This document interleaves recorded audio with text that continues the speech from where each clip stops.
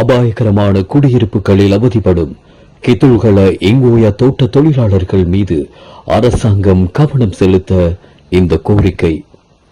கேகாலை மாவட்டம் யட்டியாந்தோட்டை பிரதேச செயலத்துக்குட்பட்ட கித்துல்கள இங்கோயா தோட்டத்தில் வாழும் தொழிலாளர்கள் சுமார் 100 வருடங்களுக்கு மேலாக பழமை வாய்ந்த உடைந்து விழும் அபாயகரமான லயன் குடியிருப்புகளில் தலைமுறையாக வாழ்ந்து வருகின்றனர். நாட்டின் பொருளாதாரத்திற்காக தமது வியர்வை சிந்தி மழை வெயில் பாராமல் அயராது உழைக்கும் இந்த மக்களின் தற்போதைய இருப்பிட நிலைமை மிகுந்த கவலைக்குரியதாக உள்ளது. உடைந்த லயன்களில் உயிரை பணயம் வைக்கும் இந்த தோட்ட தொழிலாளர்களின் வாழ்க்கை. நாட்டின் பொருளாதார வளர்ச்சிக்கு பெரும் பங்களிக்கும் இந்த தோட்ட தொழிலாளர்கள் நிம்மதியாக உறங்கக்கூட இடமின்றி எந்த நேரத்திலும் இடிந்து விழக்கூடிய ஆபத்தான லயன் தொகுதிகளிலேயே வாழ்ந்து வருகின்றனர்.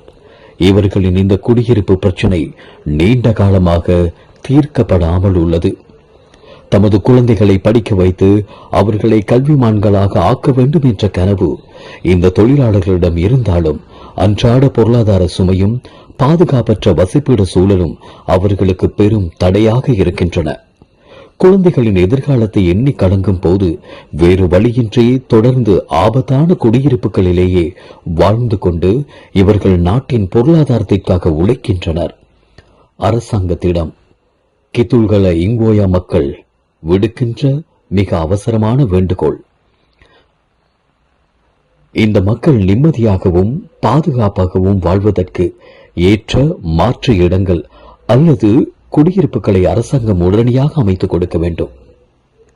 பொருளாதார தடையின்றி இவர்களின் குழந்தைகள் தரமான கல்வியை பெற்று சிறந்த எதிர்காலத்தை அமைத்துக் கொள்ள அரசாங்கம் உதவ வேண்டும். இவர்களின் இந்த கடுமையான பிரச்சனைகளை நாட்டின் ஜனாதிபதி உட்பட அனைத்து அரசு அதிகாரிகளும் கவனத்தில் எடுத்து இவர்களுக்கு சரியான உறுதியான தீர்வுகளை பெற்றுக் கொடுக்க நடவடிக்கை எடுக்க வேண்டும் என்பதே இங்கு வாழும் மக்களின் உருக்கமான வேண்டுகோளாகும்.